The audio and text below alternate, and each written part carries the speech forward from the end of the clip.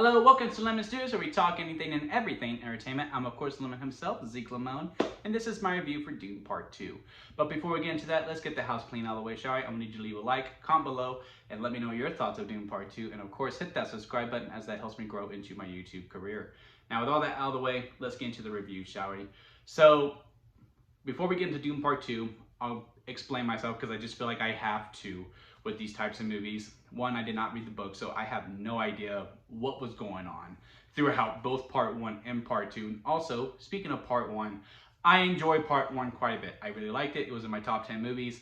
I didn't love it as much as other people. I thought it was a little too slow at times, and again, it just felt like an incomplete movie. So that brief synopsis of that, we're going to get straight into Dune Part 2 now and how I feel about that. So, I watched this movie super late at 10:30 and did not get out of the theater until around 2 a.m.-ish or close to it. And when I tell you I was wide awake when this movie was over, the energy this movie gave me. Now, it wasn't all sunshines and rainbows. There was definitely a lot of sunshine in the movie. I mean, when you watch, you go from like an inside interior, and then they go to outside in the desert, and Jesus Christ, I felt like I needed shades, especially in this IMAX screen. Like, it was wild, just how bright it got. It does start a little slow, just like Part 1. So I think I'm going to be in the camp of, because I haven't seen any reviews, I haven't seen any talks. I'm excited for once this is over, I can click unmute on all the conversations on X or Twitter, whatever you want to call it, on all social media, so I can see what everyone else is saying about it. I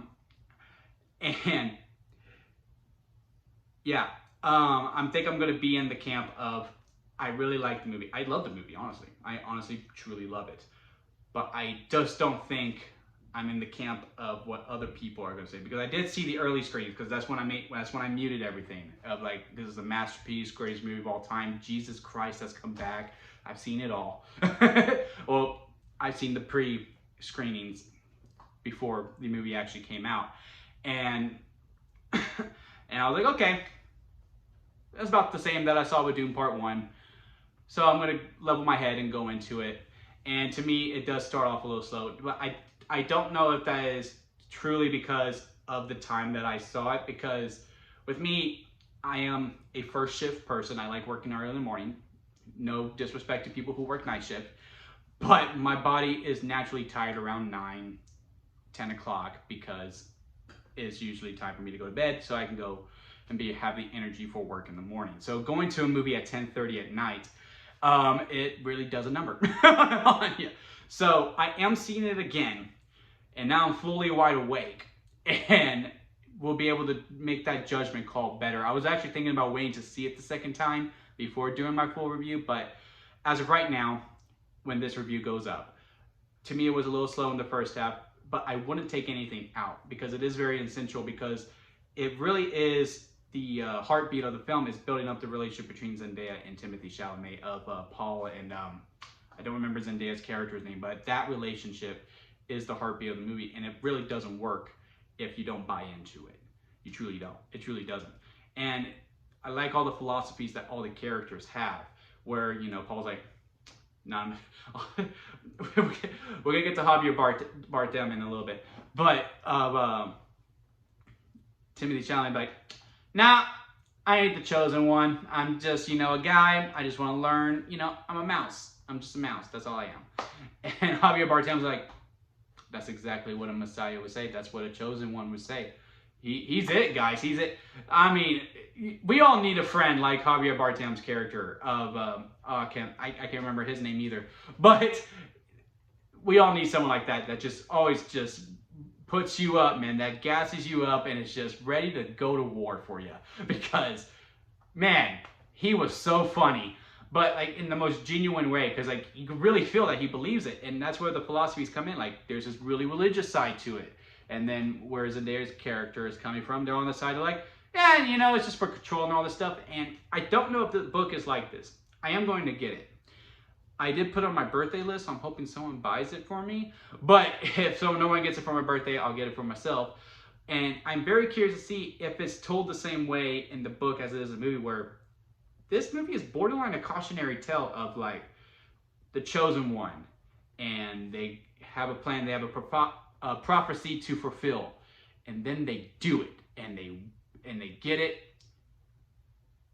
But do we really want that? That's kind of the question that this movie gets, because the journey that Paul goes on from going, nope, I don't want this, I don't want this, I don't want this, I don't want this, and then, you know, doing what he believes that he needs to do. And when he turns it on to go from this, you know, just this guy who just wants to be a part of the team to this leader, it is scary. It is very scary to see, and he just commands the screen, and it is one of the best Timothée Chalamet performances that I have seen. Probably the best, in all honesty. I don't know. I can't really recall any of his other movies to really compare it to, but man, he really blew me away in this. But he's not the best performance in this whole entire movie. That goes to Austin Butler, who is part of, I don't recall the villain's name, but you know, the group that attacks Paul's country in the first one. He's a cousin, and he is new in the second one, and he is just evil and vicious. Like, he has this line, and it's just like, you just tell, like, this is not a dude I want to know or even be in the same perimeter as. And they really build up to this fight between the two that is, it feels like a main event. It feels like a main event in WrestleMania. Y'all know me, I'm a huge wrestling fan.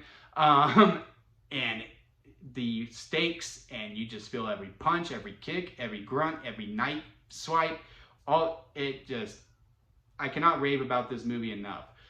I am excited to go see it again to see if I still think the beginning is slow, but this is almost as perfect as you can get, and it's one of those movies that just reminds you why you fall in love with movies in the begin with, if you are someone who, like me, who just loves talking about movies. And as y'all know, I am a wrestling fan, and y'all do know when I have my favorite movie of the year, it gets the title. Now, I don't have a custom title or anything, but I do have this WWE title, and it gets put into the video.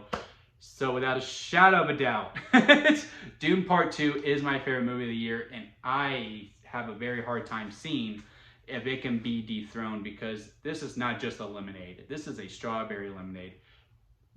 Hell, this might be a freshly squeezed strawberry lemonade, in all honesty, because again, it just makes you fall in love with movies again. It truly does. If you're a fan of sci-fi, if you're someone like me, it just brings magic. It just truly brings magic, and I feel like when Part 3 comes out, and I really hope there is a Part 3, because we are on the cusp of what could be the greatest trilogy of all time, finally being The Lord of the Rings.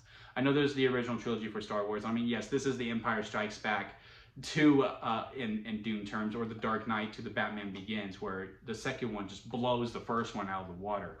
Both are very essential to viewing, but this movie is absolutely phenomenal. I cannot wait to see it again, pick up on some other things, and to be awake for the whole entire 3 hours, and not just the end when it goes to 11 and I'm fully invested in it.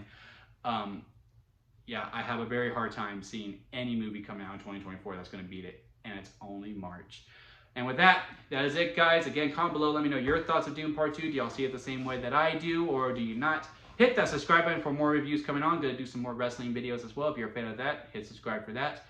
And also go to the community tab and vote on the Lemon March Madness tournament. The final matchups should be voted, put up by Sunday, and you can vote on all the round 1 matchups, all 32 matches. 64 movies, 32 matches, 4 brackets. So go ahead and vote on that. A lot of interesting matchups there. And until next time, guys, I'll see you here at Lemon Studios.